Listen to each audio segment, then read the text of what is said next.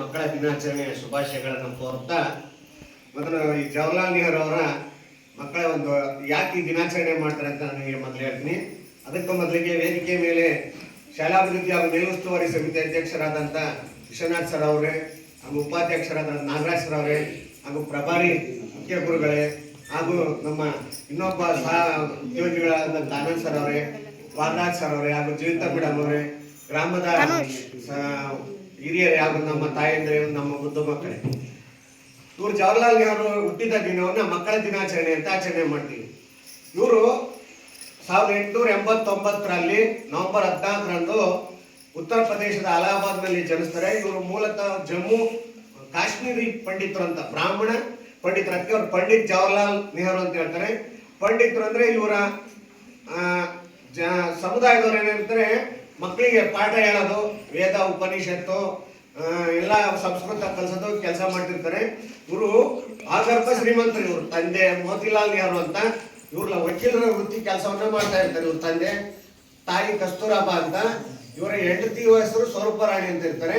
ಇವರು ಬಾಲ್ಯದಿದ್ದಾಗ ಒಂದು ಘಟನೆ ನಡೀತದ, ಅದನ್ನ ನಿಮ್ಗೆ ಹೇಳ್ತೀನಿ. ಮಹಾತ್ಮ ಗಾಂಧೀಜಿ ಹೇಳ್ತಾರೆ ಅನುಭವ ಶಿಕ್ಷಣ ಅಂತ.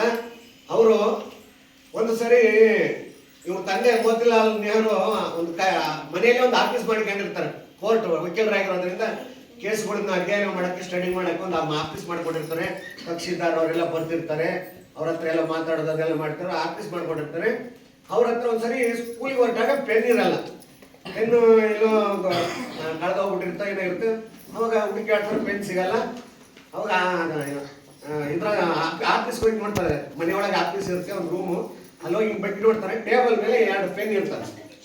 2 ಪೆನ್ ಇದ್ದಾಗ ಅವ್ರು ಯೋಚನೆ ಮಾಡ್ತಾರೆ, ನಮ್ಮ ಅಪ್ಪಾಜಿಗೆ ಕೋರ್ಟ್ಗೆ ಹೋಗಕ್ಕೆ 2 ಪೆನ್ ಯಾಕೆ, ಒಂದು ಸಾಕಲ್ವಾ ಅಂತೇಳಿ ಒಂದು ಎತ್ಕೊಂಡು ತಾಂಡು ಶಾಲೆಗೆ ಹೋಗ್ತಾರೆ. ಇವ್ರಪ್ಪ ಬಂದು 2 ಪೆನ್ ಇದ್ವಲ್ಲ, ಇನ್ನೊಂದು ಎಲ್ಲಿ ಮೊದಲೇ ಅಲ್ಲಿ ಅವ್ರು ಹುಡುಕಾಡ್ತಾರೆ, ಎಲ್ಲೂ ಸಿಗಲಿಲ್ಲ. ಅವಾಗ ಅವ್ರು ಹೆಂಡತಿ ಕೇಳ್ತಾರೆ, ಇದು ಮಾಡ್ತಾರೆ, ಇಲ್ಲ ಇಲ್ಲ ಅಂತ ಹೇಳ್ತಾರೆ. ಅವಾಗ ಅವ್ರ ಮಗುಗೆ ಅವ್ರು ಸ್ವಲ್ಪ ಅನುಮಾನ ಬರುತ್ತೆ, ಕೇಳ್ತಾರೆ. ಅವಾಗ ಕೇಳಿದಾಗ ಹೌದಪ್ಪ ನಾನು ತಗೊಂಡೆ, ಇರಲಿಲ್ಲ ಅಂತ ಹೇಳ್ತಾರೆ. ಅವ್ರಿಗೆ ಕೆನ್ನಿಗೆ ಜೋರಾಗಿ ಹೊಡಿತಾರೆ ಅವ್ರು. ಅವಾಗ ಅವರು ಹೊಡೆದಾಗ ಅವನು ಕೆಳಗೆ ಬಿದ್ದೋಗಿ ಅಳ್ತಾನೆ. ಅವಾಗ ಹೇಳ್ತಾರೆ ಅವರು, ನೋಡು ನನ್ನ ಕೇಳ್ದಲ್ಲಿ ಆ ವಸ್ತು ನೀನು ತಗೋಬಾರ್ದು ಅಂತ. ಆದರೆ ಯಾಕೆಂದ್ರೆ ಅವರು ಕೋರ್ಟಲ್ಲಿ 2 ಪೆನ್ನನ್ನು ಬಳಸ್ತಿರ್ತಾರೆ, ಒಂದು ಏನಾದರೂ ಕೇಸಿನ ಸೈನ್ ಮಾಡೋಕ್ಕೆ, ಬರೆಯೋಕ್ಕೆ, ಇನ್ನೊಂದು ಮತ್ತೊಂದು. ಅವಾಗ ಅವ್ರಿಗೆ ಜವಾಹರ್ಲಾಲ್ ನೆಹರು ಅನ್ಸುತ್ತೆ, ಇನ್ಮೇಲೆ ಯಾವುದೇ ನಮ್ಮ ಸ್ನೇಹಿತರಾಗಲಿ, ಸಂಬಂಧಿಕರಾಗಲಿ, ಗ್ರಾಮಸ್ಥರಾಗಲಿ, ಶಾಲೆಯಲ್ಲಿ ಶಿಕ್ಷಕರಾಗಲಿ ಅವ್ರನ್ನ ಕೇಳ್ದಲ್ಲಿ ನಾವು ಯಾವ ವಸ್ತುವನ್ನ ತಗೋಬಾರ್ದು ಅನ್ನೋ ಒಂದು ಅನುಭವವನ್ನ ಮೋತಿಲಾಲ್ ನೆಹರು ಅವ್ರು ಪಡಿತಾ ಅನುಭವ ಆಗುತ್ತೆ.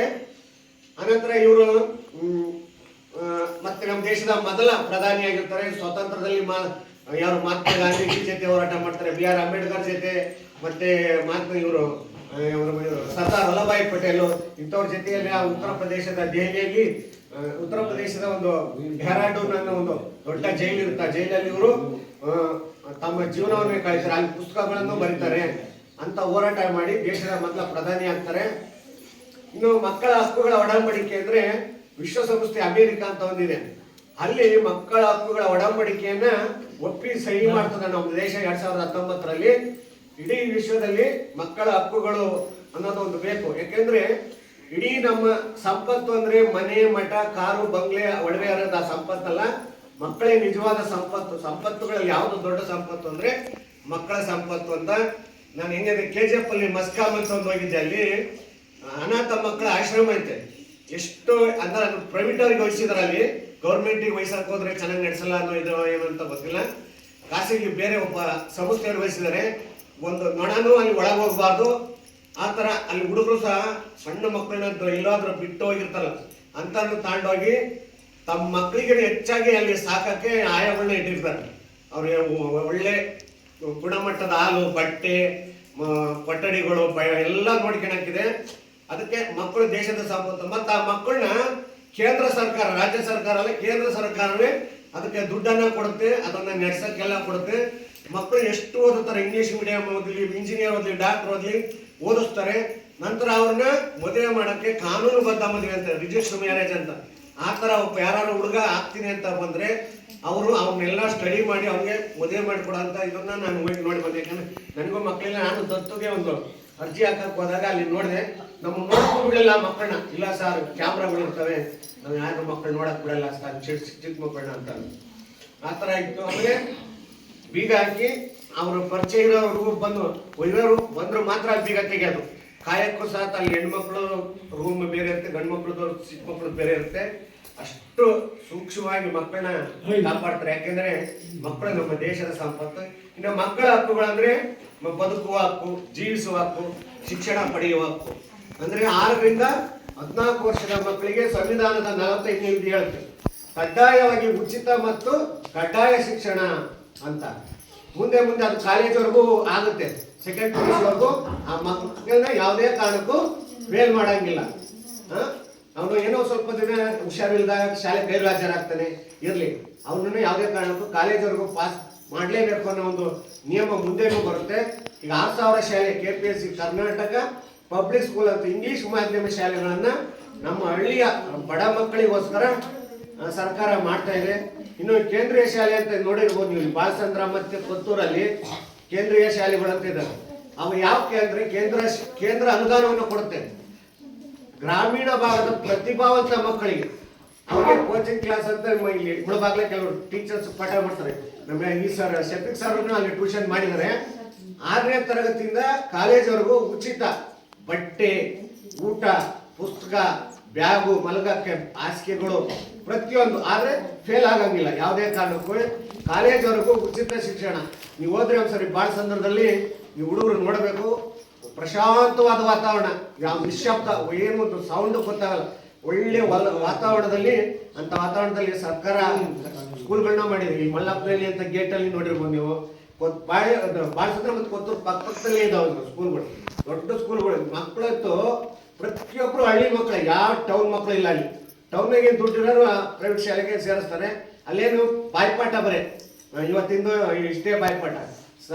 ಯಾರಿಗೋ ಅಲ್ಲಿ ಯಾಕೆಂದ್ರೆ ಒಬ್ಬ ಸಾಹುಕಾರ ಸ್ಕೂಲ್ ನಡೆಸಿರ್ತಾನೆ, ಅವ್ರಿಗೋಸ್ಕರ ಎದುರಿ ಅಲ್ಲಿ ಶಿಕ್ಷಕರು ಪಾಠ ಮಾಡ್ತಿರ್ತಾರೆ. ನಮ್ಮ ಆನಂದ್ ಸರ್ ಹೇಳಿದಾಗ ಬರೀ 10-15 ಸಾವಿರ ಅಷ್ಟೇ ಅವ್ರಿಗೆ ಸಂಬಳ. ಏನು ಇವತ್ತಿನ ಪಾಠ ಬಾಯ್ಪಾಠ ಅವ್ರಿಗೇನು ಒಂದು ಕಟ್ಟಿ ಹಾಕ್ತಂಗೆ ಆಗಿರ್ತದೆ. ಅವ್ರನ್ನ ಇವತ್ತು ಪಾಠ ಒಪ್ಪಿಸ್ಬೇಕು ಅಂದ್ರೆ ಒಪ್ಪಿಸ್ಬೇಕು. ಅವ್ನ ಬಾಯದಿಂದ ಕಲ್ತುದ್ದ ಮರ್ತಾ ಬಿಡ್ತಾನೆ. ನಮ್ದಂಗಲ್ಲ, ಫ್ರೀಯಾಗಿ ಹುಡುಗರು ಆರಾಮಾಗಿ ಕುಣಿಬಹುದು, ಆಡ್ಬೋದು, ಆಟದ ಸಾಮಾನು. ಈಗ ನೋಡಿ ಎಕ್ಸ್ಟ್ರಾ ಡ್ಯಾನ್ಸ್ ಮಾಡಿದ್ರು, ನಾವೇ ಕಲ್ಸಿದ್ದಲ್ಲ, ಅವ್ರು ನೋಡಿ ಕಲ್ತಿದ್ದಂತ ಇದು ಅಂತ. ನಮ್ಮ ಹೇಳ್ಬೇಕು, ನಾನು ಸಹ ಗೌರ್ಮೆಂಟ್ ಶಾಲೆಯಲ್ಲೇ ಓದಿದ್ದು. ನಾನು ಯಾವ ಇಂಗ್ಲೀಷ್ ಮೀಡಿಯಂ ಸ್ಕೂಲಲ್ಲ, 1ರಿಂದ ಕಾಲೇಜ್ವರೆಗೂ ಗೌರ್ಮೆಂಟ್ ಸ್ಕೂಲಲ್ಲೇ ಓದಿ TCH ಅಂತ ಮಾಡಿ ನಾನು ಮೈಸೂರಲ್ಲಿ ಟ್ರೈನಿಂಗ್ ಮಾಡಿಕೊಂಡು ಇಲ್ಲಿ ನಿಮ್ಮ ಯಲವಳ್ಳಿಯಿಂದ ಇಲ್ಲಿ ಟ್ರಾನ್ಸ್ಫರ್ ಆಗಿ ಬಂದೀನಿ. ಹಂಗೆ ನೀವು ಒಳ್ಳೆ ನಮ್ಮ ದೇಶದ ದೊಡ್ಡ ಸಂಪತ್ತು ಅಂದ್ರೆ ನೀವೇ. ಇಷ್ಟು ಹೇಳಿ ನಾನು ಮಾತನ್ನು ಮುಗಿಸ್ತೀನಿ. ಅನ್ಸ್ಕೊಂತೀನಿ, ಅಮೆರಿಕಾಗ ಹೋದ್ರೆ ನೀವು ಅಮೆರಿಕ ರೂಲಿದೆ, ಮಗು ಗೇಟ್ ಆಚೆ ಬಂದು ನಿಂತ್ಕೊಂಡಿರುತ್ತೆ. ಮಗು ಮನೆಯಿಂದ ಗೇಟ್ ಆಚೆ ಬಂದು ನಿಂತಿರುತ್ತೆ. ಪೊಲೀಸರು ಹೋಗ್ತಾ ಇರ್ತಾರೆ. ಪೊಲೀಸರು ಬಂದೇನಾದ್ರು ಮಗು ನಮ್ಮ ಅಪ್ಪ ಅಮ್ಮ ನಾನು ಹೊಡಿತಾರೆ ಅಂದ್ರೆ ಅಪ್ಪ ಅಮ್ಮ ಶಿಕ್ಷೆ ಕೊಡ್ತಾರೆ. ಯಾರಿಗೆ ಕೊಡ್ತಾರೆ? ಅಪ್ಪ ಅಮ್ಮನೇ ಶಿಕ್ಷೆ.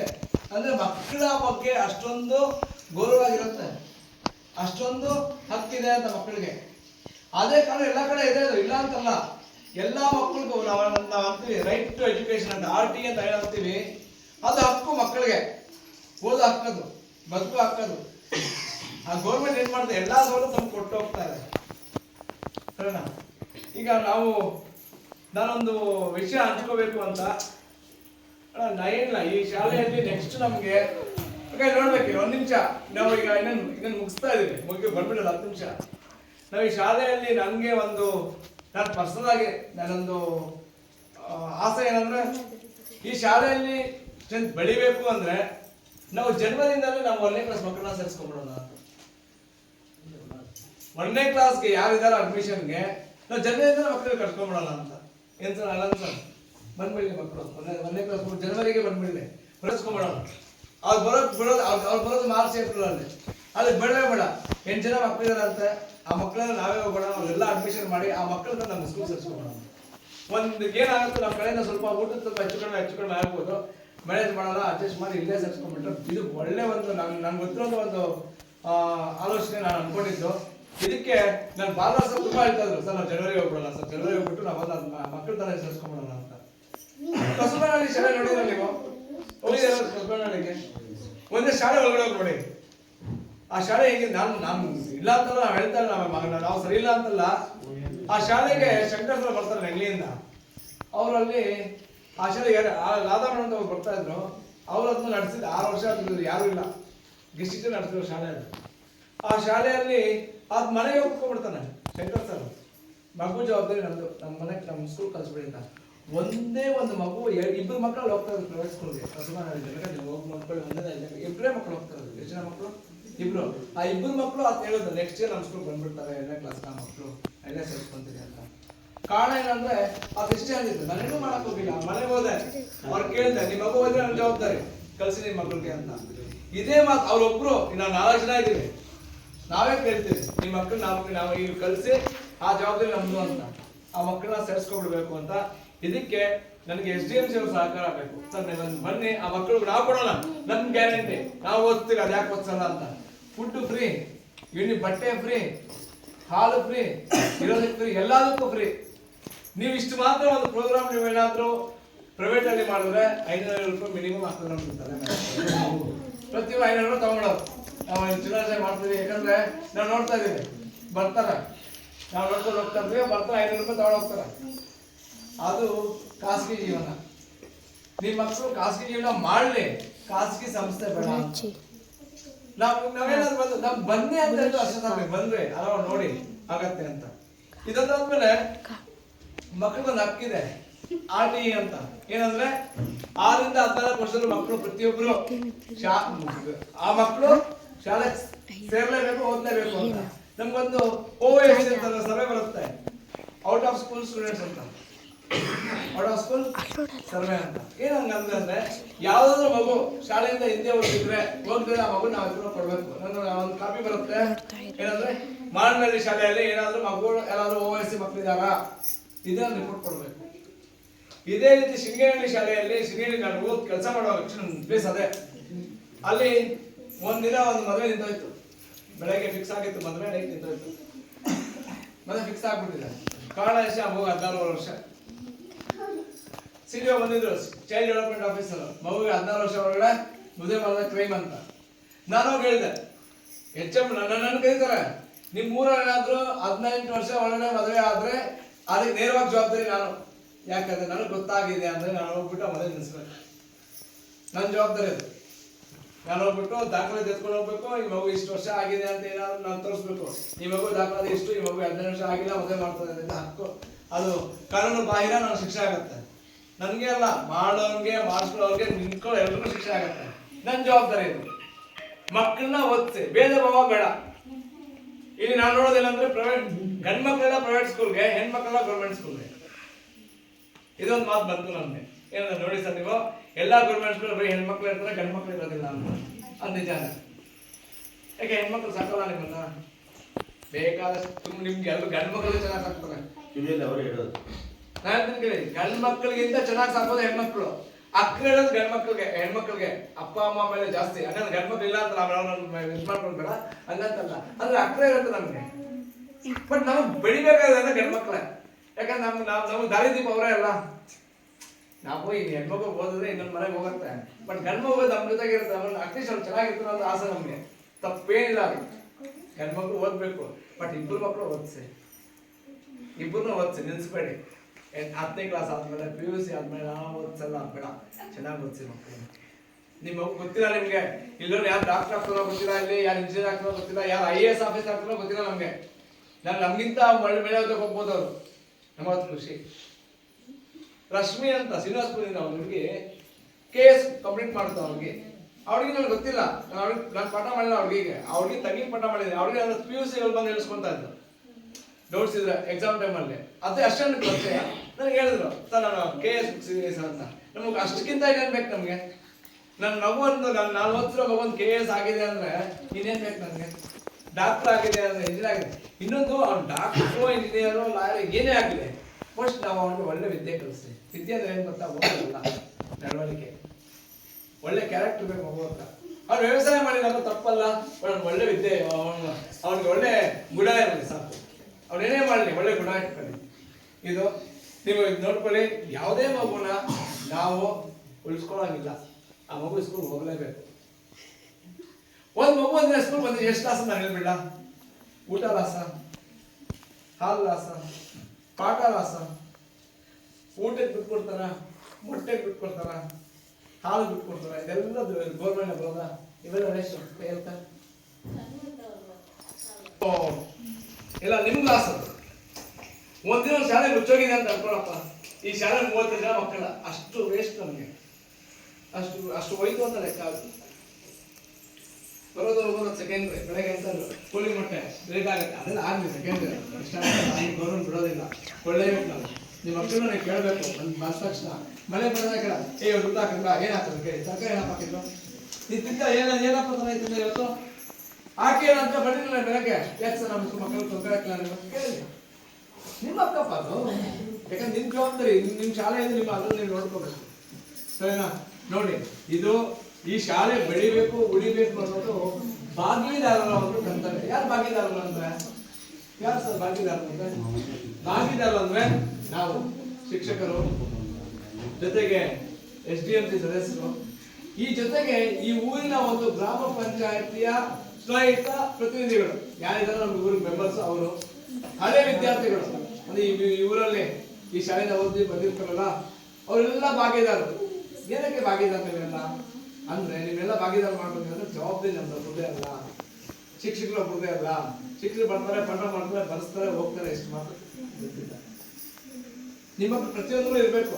ಡ್ಯಾನ್ಸ್ ಮಾಡೋದು ಖುಷಿಯಾಗಿ ಮೊಬೈಲ್ ಇಟ್ಟು ವಿಡಿಯೋ ಮಾಡ್ಕೊತೀವಿ. ನಿಮ್ಮ ಮಕ್ಕಳು ಓದಿರೋದು ಯಾವ್ದು ವಿಡಿಯೋ ಮಾಡ್ಕೊಂಡಿರೋ ನೀವು ಮಾಡಿದ್ದೀರಾ? ನನ್ನ ಮಗು ಚೆನ್ನಾಗಿ ಓದುತ್ತೆ, ನನ್ನ ಮಗು ಚೆನ್ನಾಗಿ ಓದಲ್ಲ, ಬಂದು ತೋರಿಸಿ. ಸರ್ ನಿಮ್ಮ ಮಗು ಚೆನ್ನಾಗಿ ಓದ್ತಾ ಇದೆ ಸರ್, ನಿಮ್ಮ ಮಗು ಚೆನ್ನಾಗಿ ತೋರಿಸಿ ಮಾಡಿ, ಖುಷಿ ನಮಗೆ. ನಿಮ್ಮ ಮಕ್ಕಳು ಆ ಮಗು ನಾಳೆ ಮುಂದಕ್ಕೆ ಬಂದ ನಿಮ್ಗೆ ಅದು ಆಶ್ರಯ ಆಗತ್ತೋ ಆಗಲ್ಲೋ ಅನ್ನೋದಕ್ಕಿಂತ ಅವನು ಒಳ್ಳೆ ಪ್ರಜೆ ಆದ್ರೆ ಸಂತೋಷ ನಮ್ಗೆ. ದೇಶಕ್ಕೆ ಒಳ್ಳೆ ಪ್ರಜೆ, ಅವನ್ ಸೈನಿಕ ಆಗ್ಬೋದು, ಡಾಕ್ಟರ್ ಆಗ್ಬೋದು, ಯಾರೇ ಆಗಲಿ ಮಾಡೋ ಸೇವೆನೆ ಸರ್ ಅಂತ. ನಮ್ಗೆ ಕೈ ತುಂಬಾ ಸಂಬಳ ಕೊಡ್ತಾರೆ, 100% ಕೊಡ್ತಾರೆ. ನಮ್ಗೆಲ್ಲ ಒಳ್ಳೆ ಸಂಬಳ ಕೊಡುತ್ತೆ ಗೌರ್ಮೆಂಟ್ ಸಂಬಳ. ನಮ್ಗೆ ಎಲ್ಲ ಇದೆ, ನಮ್ಗೇನು ಇಲ್ಲ, ನಮ್ಗೆಲ್ಲ ಬರುತ್ತೆ. ಆದ್ರೆ ಇಲ್ಲಿ ಸ್ಕೂಲ್ ಮುಚ್ಚೋದ್ರೆ ನಮ್ಗೆ ಇನ್ನೊಂದು ಸ್ಕೂಲ್ಗೆ ಕಳ್ಸೋದು. ಈ ಸ್ಕೂಲ್ ಬಿಟ್ಟರೆ ನಮ್ಗೆ ಇನ್ನೊಂದು ಸ್ಕೂಲ್ಗೆ ಹೋಗೋದು. 60 ವರ್ಷ ಆಗೋದು ನಮ್ಗೆಲ್ಲ ಒಂದು ಸುತ್ತಾ ಇರ್ತಾರೆ. ನನಗೆ ಗೊತ್ತಿರೋ ಒಂದೇನಂದ್ರೆ, ನನಗೆ ಗೊತ್ತಿರೋದು ಏನಂದ್ರೆ, ನನಗೊಂದು ವಿಶ್ವಾಸ ಇದೆ, ಈ ಊರಿನ ಜನರು ಈ ಶಾಲೆಗೆ ವಿಷಯ ಕೊಡೋದಿಲ್ಲ ಅಂತ. ಯಾಕಂದ್ರೆ ನೀವೆಲ್ಲ ಸೇರ್ತಿಲ್ಲ ಈ ಶಾಲೆಗೆ ನಿಮ್ಗೆ ಅಂತ ಕನ್ಸರ್ನ ಹೇಳ್ತೀರಿ. Nagaraj sir, Anand sir, Nagaraj sir ಬಗ್ಗೆ, ಇವ್ರ ಬಗ್ಗೆ, ವಿಶ್ವನಾಥ್ ಬಗ್ಗೆ ಗೊತ್ತು, ನಾಗರಾಜ್ ಸರ್ ಬಗ್ಗೆ ಗೊತ್ತಿಲ್ಲ ಅಂತ. ಸರ್ ನಾಗರಾಜ್ ಅಂತಲ್ಲ, ನೀವು ಒಂದ್ಸತಿ ಒಂದು ತಿಂಗಳು ಸ್ವಲ್ಪ ನಿಂತ್ಕೊಳ್ಳಿ, ನಿಮ್ಗೆ ಗೊತ್ತಾಗುತ್ತೆ ಊರಲ್ಲಿ ಎಷ್ಟು ಚೆನ್ನಾಗಿ ನಿಮ್ಗೆ ಸಹಕಾರ ಕೊಡ್ತಾರೆ ಅಂತ. ಯಾವ್ದು ಮುಂದೆ ಹೋಗಲ್ಲ ಸರ್. ನನಗೆ ಬಂದು ಹೇಳಿದ್ದಾರೆ, ಸರ್ ನಿಮ್ಗೆ ಏನ್ ಬೇಕೋ ಹೇಳಿ ನಾವು ಮಾಡ್ಕೊಡ್ತೀವಿ ಅಂತ. ನಾವು ಮುಂದೆ ಹೋಗಿಲ್ಲ ಅಷ್ಟೇ, ನಾವು ಮುಂದಕ್ಕೆ ಹೋಗಿಲ್ಲ. ಹೇಳಿದ್ರು ಏನ್ ಬೇಕೋ ಸರ್, ಒಂದು ಕೊಠಡಿ ಕಟ್ಕೊಡ್ತೀವಿ ಸರ್, ನಾವು ಮಟ್ಟಕ್ಕೆ ಹೋಗಿದ್ದೇವೆ. ಪೂರ ಜನ ಸಹಕಾರ ಇದೆ, ಇಲ್ಲ ಅಂತಲ್ಲ. ನಾನು ಒಂದು ಎಕ್ಸಾಮ್ ಮಾಡಿದ, ಒಂದು ಟ್ರ್ಯಾಕ್ಸ್ ಹೋಗಿ ಒಂದಿಂದ ನಮ್ಮ ರೆಡಿ ಮಾಡ್ತಿದ್ದೀವಿ, ಎಲ್ಲ ಮಾಡ್ತಾರೆ ಅವರು, ಇಲ್ಲ ಅಂತ ಇಲ್ಲ ಹೇಳೋದಿಲ್ಲ. ನಮ್ಮಲ್ಲಿದೆ ಅದು. ನಿಮ್ಮನ್ನ ಹೆಂಗ್ ನಡ್ಸ್ಕೊಂಡು ಹೋಗ್ಬೇಕು ಅನ್ನೋದು ಶಾಲೆಯಲ್ಲಿ ಇರುತ್ತೆ. ಶಾಲೆ ಹೆಂಗಿರ್ಬೇಕು ಅನ್ನೋದು ನಿಮ್ಮಲ್ಲಿರುತ್ತೆ. ನಿಮ್ಮೂರಿಗೆ ಒಳ್ಳೆ ಹೆಸರಿದೆ, ಈ ಶಾಲೆಗೆ ಒಳ್ಳೆ ಹೆಸರಿದೆ. ಇಲ್ಲಿ ಬರೋದಕ್ಕೆ ನೀವು ಯೋಚನೆ ಮಾಡಿ, ನಿಮ್ಮ ಊರಿಗೆ 3 ಜನ ಅಷ್ಟೇ ಒಂದೇ ಸತಿ 3 ಜನ ಶಿಕ್ಷಕರು ತಗೊಂಡ್ ಬಂದಿದ್ದಾರೆ ಅಂದ್ರೆ, ಒಂದು ಊರಿಗೆ ಹೆಸರು ಇರೋದಕ್ಕೆ, ಶಾಲೆ ಚೆನ್ನಾಗಿದೆ ಅಂತ ಅನ್ಕೊಳ್ಳೋದಕ್ಕೆ ಇದು ಮಾಡಿ ಇದಾಗ್ಲಿಲ್ಲ. ಇದು ಈಗ ಇಷ್ಟು ಆಗಿದೆ. ನೆಕ್ಸ್ಟ್ ಈಗ ಮಕ್ಕಳಿಂದ 1-2 ನೃತ್ಯ ಇದೆ. ಆ ನೃತ್ಯ ಆದ್ಮೇಲೆ ನಾವು ಭೋಜನಕ್ಕೆ ಹೋಗೋಣ ಅಂತ ನಮ್ಮ ಮುಗೀತು. ಊಟ ರೆಡಿ ಮಾಡ್ಸೋಣ, ಊಟ ತಿನ್ನೋಣ.